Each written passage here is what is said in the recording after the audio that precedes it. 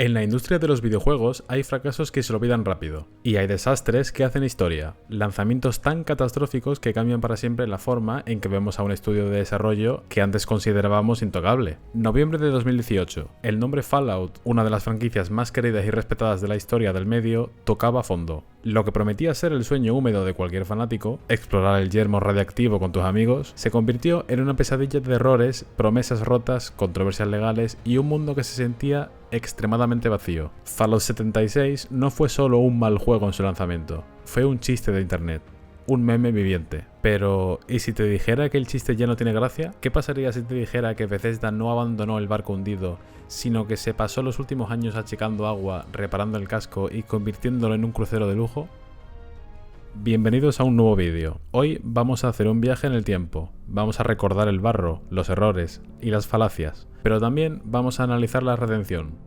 Hoy responderemos a la gran pregunta. Tras todas sus actualizaciones, expansiones y lavados de cara, ¿merece la pena jugar a Fallout 76? Para entender el impacto de Fallout 76, primero tenemos que entender de dónde veníamos. Bethesda Game Studios tenía una fórmula mágica. Con Fallout 3 habían revitalizado la saga isométrica de culto, convirtiéndola en un gigante de primera persona. Luego llegó New Vegas, de la mano de Obsidian, dándonos el pináculo del rol y la narrativa en la saga, sobre el cual hay un vídeo en el canal y os recomiendo ver. Y por último, más tarde, Fallout 4 batió récords de ventas, modernizando el combate y añadiendo la adictiva construcción de asentamientos. Bethesda era sinónimo de mundos masivos, inmersivos y llenos de historias emergentes. Sí, sus juegos siempre han tenido bugs. El famoso It Just Works de Todd Howard es a estas alturas un clásico, pero se los perdonábamos porque la ambición de sus mundos lo compensaba todo. Entonces llegó el E3 de 2018. Bethesda anuncia algo revolucionario: un juego de Fallout ambientado en Virginia Occidental, apenas 25 años después de la caída de las bombas. La premisa: somos los habitantes del Refugio 76, las mejores mentes de Estados Unidos, encargados de reconstruir la civilización. Pero había un giro. Todd Howard pronunció las palabras mágicas que dividieron a la audiencia al instante: multijugador de supervivencia. Cada personaje que vieras en el juego sería una persona real. El entusiasmo era innegable. La idea de salir al yermo con tus amigos, construir tu propia base y lanzar misiles nucleares sonaba espectacular. Nos prometieron un mapa 4 veces más grande que el de Fallout 4, 16 veces más detalle, un sistema meteorológico nuevo y un mundo dinámico. Nos vendieron un sueño bañado en nostalgia y música country. Pero detrás de ese telón de marketing se escondía una infraestructura que estaba a punto de colapsar por su propio peso. El motor gráfico Creation Engine, famoso por ser terco en los juegos de un solo jugador, estaba siendo forzado a hacer algo para lo que nunca fue diseñado: multijugador masivo. El 14 de noviembre de 2018, las puertas del Refugio 76 se abrieron, y lo que los jugadores encontraron fue desolador. Y no me refiero a la ambientación post-apocalíptica. Técnicamente el juego estaba roto. Era una lotería intentar mantener la conexión estable en los servidores. La tasa de fotogramas por segundo caía en picado sin razón aparente. La inteligencia artificial de los enemigos era paupérrima, y los problemas visuales y mecánicos estaban a la orden del día. Pero los problemas técnicos, por muy graves que fueran, no eran el mayor pecado de Fallout 76. El verdadero problema estaba en su diseño fundamental. Bethesda tomó una decisión creativa audaz, que resultó ser un tiro en el pie: no incluir NPCs humanos, es decir, personajes no jugables con los que interactuar. Todd Howard justificó esto diciendo que querían que cada persona con la que te cruzaras fuera un jugador real. Querían que la narrativa fuera emergente, creada por la comunidad. En papel suena genialidad. En la práctica fue una cagada monumental. Imaginad esto: sales al mundo, vas a hacer una misión para descubrir qué le pasó a la facción de los protectores, llegas al lugar y todos están muertos. La misión consiste en leer un terminal, escuchar una holocinta y matar a 5 calcinados. Vas a la siguiente ubicación, buscas a la Hermandad del Acero, todos muertos. Lees otra nota, escuchas otra holocinta. El juego se convirtió en un simulador de arqueología macabra. Seguíamos el rastro de fantasmas. Las historias de esas holocintas eran increíblemente buenas, oscuras y tristes, dignas de Fallout. Pero el jugador nunca era partícipe de la historia, solo llegábamos tarde a todas las fiestas. El mundo se sentía estático, carente de alma y de la interactividad narrativa por la que amamos esta franquicia. No había árboles de diálogo, no había decisiones morales, no había consecuencias. Solo disparar y recolectar chatarra en un mapa que, irónicamente, era probablemente el escenario más hermoso e intrincado que Bethesda había creado jamás, Appalachia. Mientras tanto, la recepción de la crítica y el público fue brutal. Las notas rondaban el 5 sobre 10 y el bombardeo de reseñas negativas por parte de los usuarios fue histórico. Pero si creías que el estado del juego era el punto más bajo, agárrate fuerte, porque las controversias fuera del juego estaban a punto de volverse aún más surrealistas.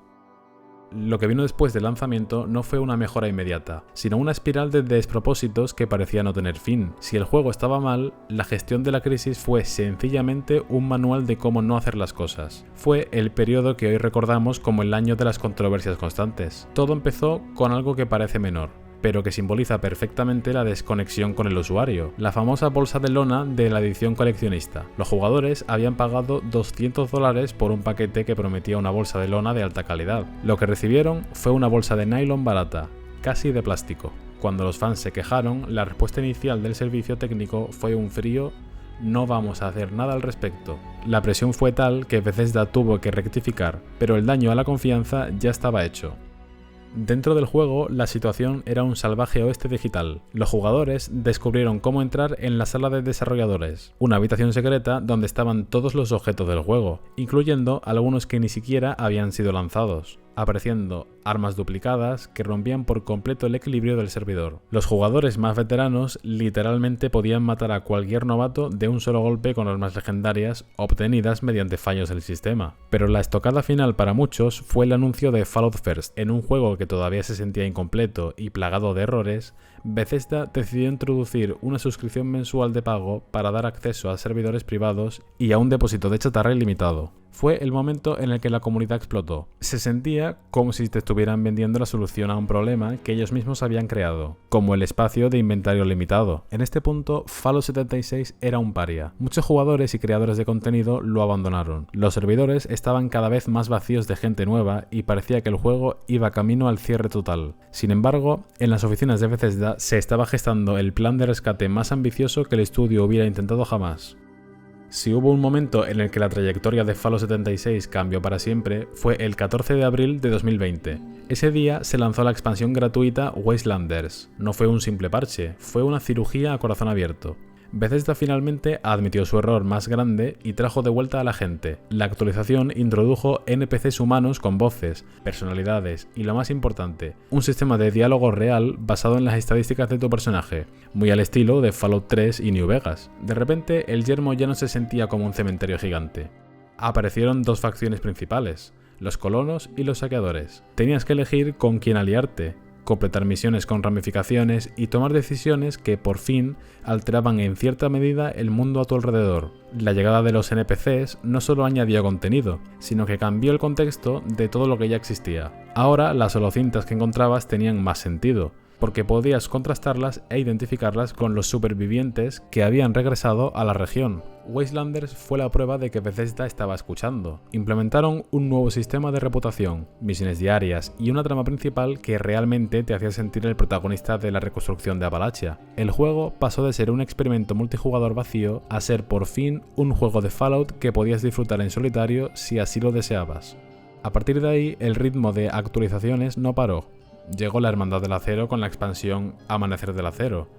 Se introdujeron las expediciones que nos permitieron salir de los límites de Virginia Occidental y visitar lugares icónicos como The Pit o los restos de Atlantic City. El juego empezó a ganar una estructura de la que carecía. Se introdujeron los tableros Score, un sistema de pases de batalla gratuitos que daban a los jugadores una razón constante para volver, nuevos muebles para el camp, trajes, armas y consumibles. Lo que antes era un deambular sin rumbo, ahora era un flujo constante de objetivos. Pero hay algo que ni siquiera los desarrolladores pudieron planear, algo que surgió de forma orgánica y que hoy es el mayor pilar de Fallout 76, su comunidad. Es curioso porque normalmente los juegos online suelen tener fama de ser entornos tóxicos, llenos de trolls y competitividad agresiva, pero en Fallout 76 ocurrió algo fascinante, quizás porque el lanzamiento fue tan duro que los jugadores que se quedaron desarrollaron un sentido de camaradería muy extraño. En lugar de matarse unos a otros, los jugadores de alto nivel empezaron a acampar cerca de la salida del Refugio 76, pero no para emboscar a los novatos, sino para regalarles suministros, armas modificadas, agua purificada y armaduras básicas. Se convirtió en una tradición no escrita, ayudar al que acaba de salir al mundo.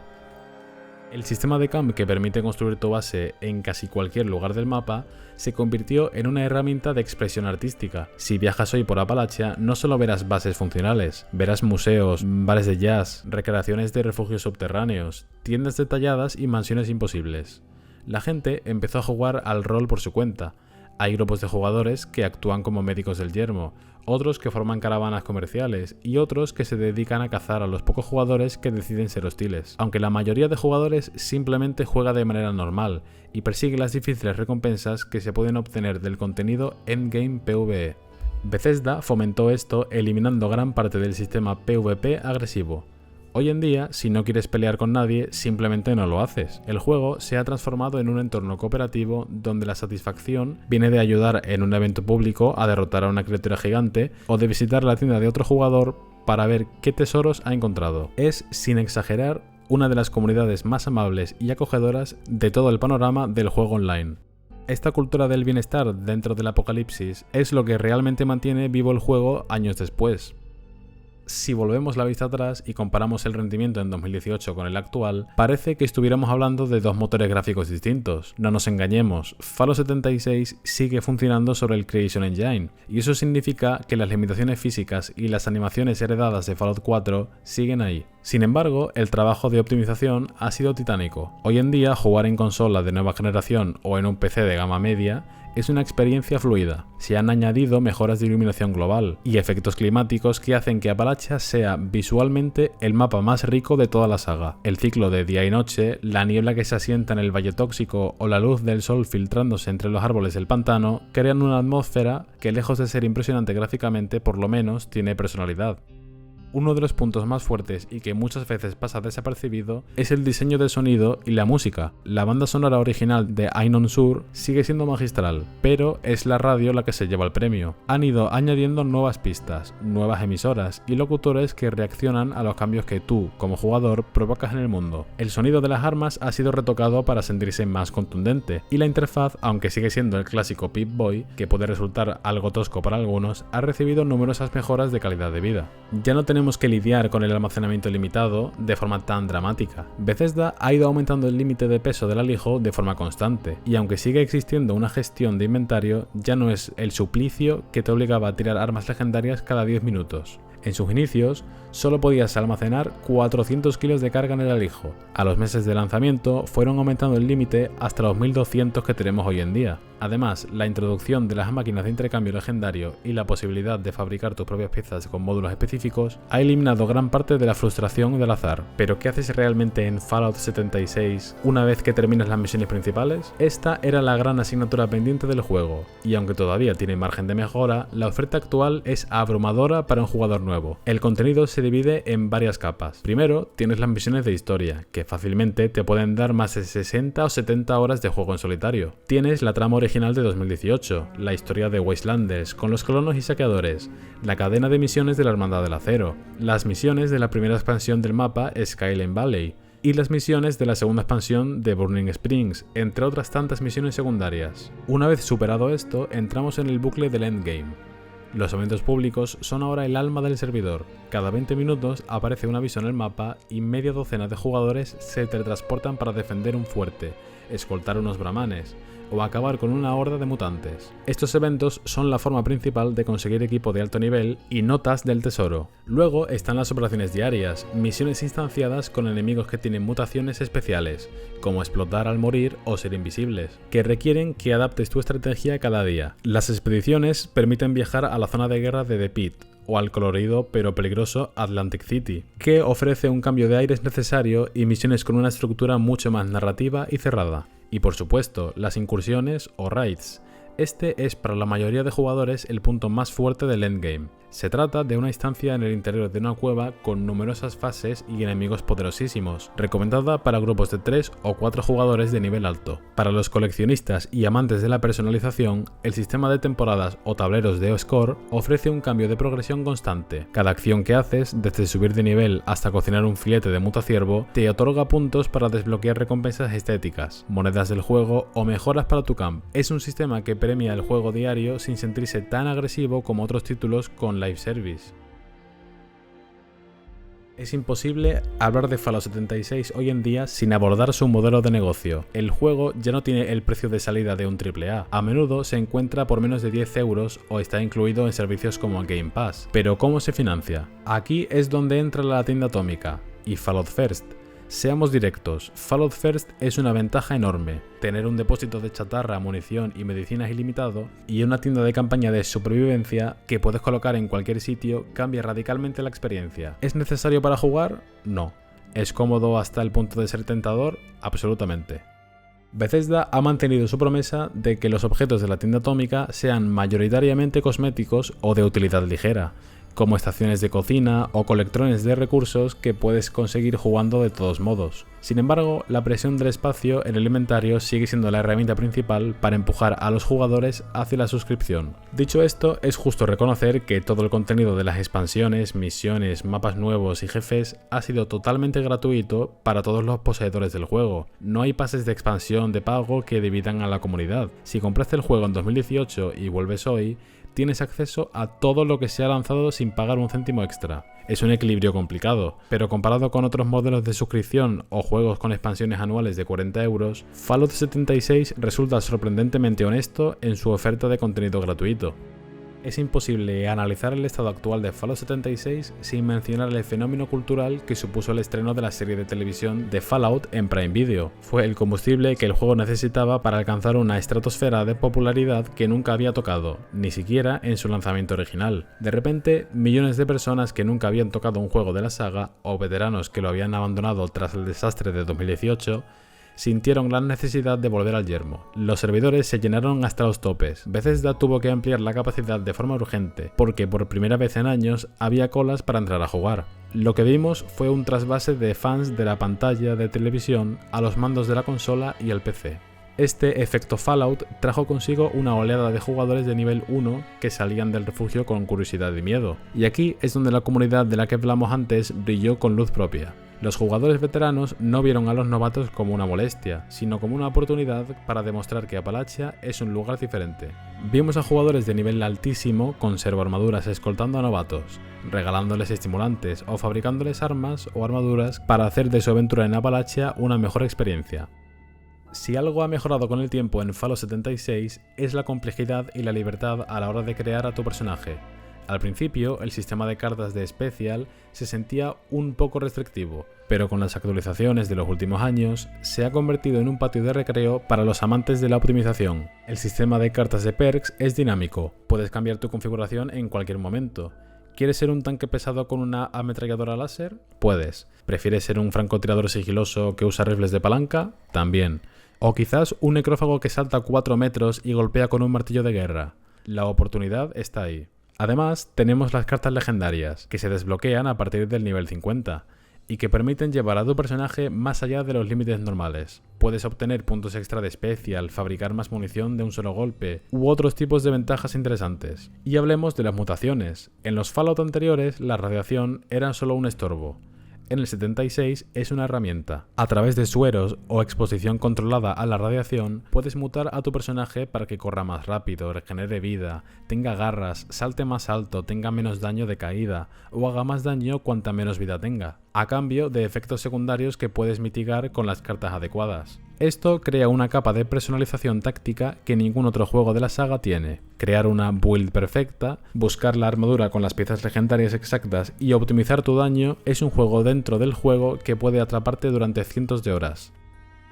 Esta es la pregunta del millón, y la falacia que más se repitió durante años. Se decía que Fallout 76 no era un Fallout de verdad. porque era online. Pero si analizamos el juego hoy, nos damos cuenta de que respira el ADN de la saga por los 4 costados. Si lo comparas con Fallout 4, el combate del 76 es superior y más variado. Si lo comparas con Fallout 3, el mapa de Appalachia es mucho más rico en biomas y exploración. Y aunque obviamente no llega al nivel de ramificación narrativa de New Vegas, las misiones de las últimas expansiones tienen un aura a Fallout que no tenía antes. Ahora, aunque no vayas a cambiar el destino del yermo, por lo menos sientes que estás contribuyendo en algo, incluso sabiendo que no vas a poder tomar decisiones súper importantes. Podrás tomar alguna decisión moral que otra. Y eso, por poco que suene, ya es algo para un juego que viene de lo que viene. El humor negro está ahí, la crítica social al corporativismo extremo de Vault-Tec y la paranoia de la Guerra Fría satura cada rincón del mapa. La soledad se siente cuando quieres que se sienta,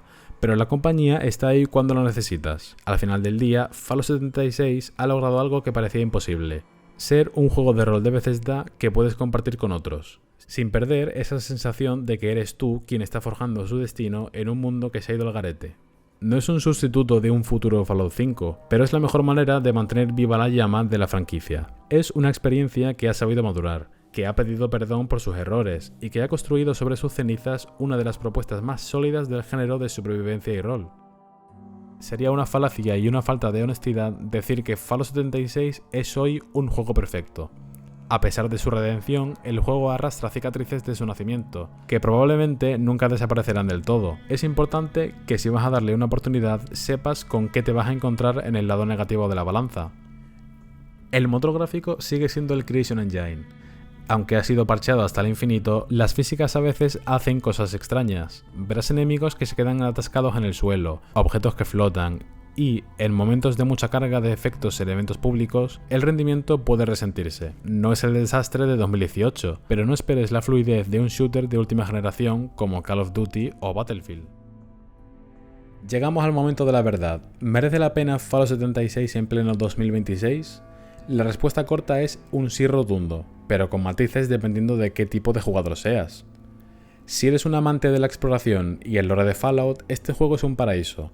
Appalachia es, sin ninguna duda, el mejor mapa que Bethesda ha diseñado jamás. La variedad de biomas, desde los bosques frondosos hasta las zonas calcinadas y los pantanos asfixiantes, ofrece una sensación de descubrimiento que no tiene rival en la saga. Si lo que buscas es perderte en un mundo post-apocalíptico, leer terminales con historias desgarradoras y ver cómo el mundo intenta reconstruirse, este juego te va a dar cientos de horas de placer. Si eres un jugador solitario que teme el multijugador, no te preocupes. Fallout 76 es hoy un juego que se puede jugar de principio a fin como si fuera un título de un solo jugador. Los otros jugadores que te cruces serán, en el 99% de los casos, presencias silenciosas que te saludarán con un gesto o te ayudarán en un combate difícil, para luego seguir su camino. No hay una presión real por socializar si no quieres. Sin embargo, si eres un jugador que odia los elementos de juego como servicio, como los pases de batalla, las tiendas de cosméticos y las tareas diarias repetitivas, puede que Fallout 76 te acabe cansando. El juego intenta constantemente que establezcas una rutina, y si eso te genera ansiedad o aburrimiento, la magia del yermo se desvanecerá rápido para ti. Fallout 76 es la historia de una redención que casi nadie creía posible. Es el recordatorio de que en esa industria el lanzamiento de un juego no tiene por qué ser su sentencia de muerte. Lo que empezó como un cascarón vacío, roto y carente de alma, se ha convertido en una experiencia rica, vibrante y sobre todo extremadamente divertida. Bethesda cometió todos los errores posibles, pero también hizo lo más difícil: no rendirse. Escucharon las críticas, tragaron saliva ante los memes y se pusieron a trabajar. Trajeron de vuelta a los NPCs humanos, arreglaron la economía, optimizaron el código y, lo más importante, permitieron que la comunidad se convierta en el corazón del juego. Hoy, Fallout 76 no es solo un buen juego de Fallout, es un grandísimo MMO, que como poco tiene personalidad. No es un juego genérico de los que te puedes encontrar 500 como él en Steam. Es un lugar donde puedes ser quien quieras. Si lo abandonaste en 2018, vuelve. Te aseguro que no reconocerás el lugar. Si nunca lo has probado y tienes curiosidad tras ver la serie de televisión o jugar a los títulos clásicos, dale una oportunidad. Sal del Refugio 76. Respira el aire radiactivo de Virginia Occidental y descubre por ti mismo que a veces de las ruinas más absolutas pueden surgir las aventuras más memorables. Porque al final del día, la guerra no cambia nunca, pero los juegos afortunadamente sí pueden hacerlo. Nos vemos en el próximo vídeo. Gracias por acompañarme en este viaje por la historia de Appalachia.